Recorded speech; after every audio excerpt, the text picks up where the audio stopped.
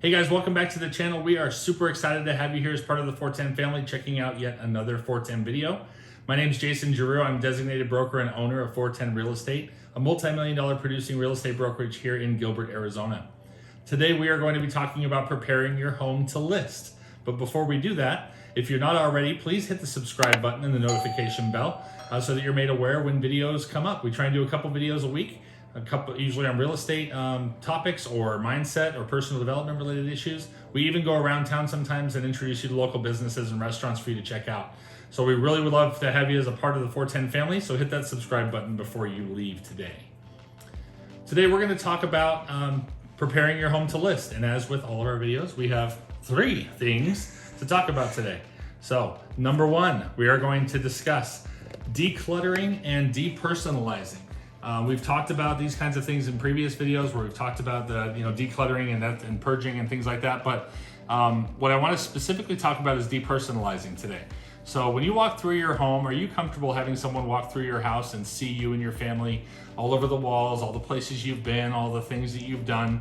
Is that something that makes you comfortable? Because it's really not for me.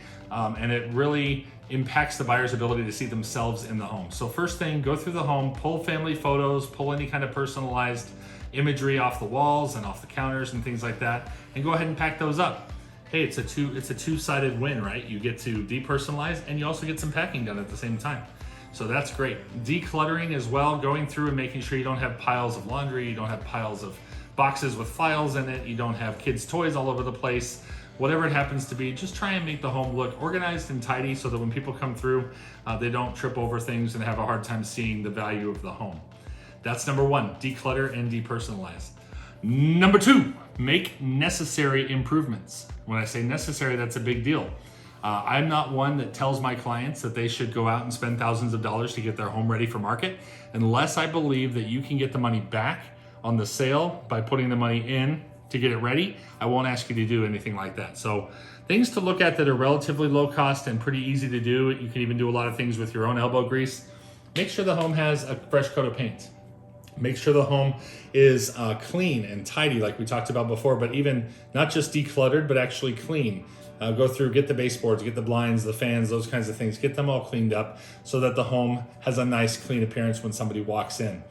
Go maybe look at light fixtures. Those are kind of inexpensive. If you have things that have those old brass light fixtures from the 1990s and you want to update to something a little more current, you can usually get some light fixtures for a pretty low cost. Do I think you need to go through and remodel your kitchen or bathroom? In most cases, no. Now, there are some situations where your home hasn't been touched in 40 or 50 years. Maybe it's worth bringing it up more into modern times to get some additional value out of it. But again, only if we see the value coming back are we going to ask you to do those kinds of things going forward. So so number 1, declutter, depersonalize. Number 2, make necessary improvements. And number 3, hire yourself a quality realtor that's going to get the most for your home with the least resistance, the least roadblocks, and the most solid buyer that you can in the least amount of time.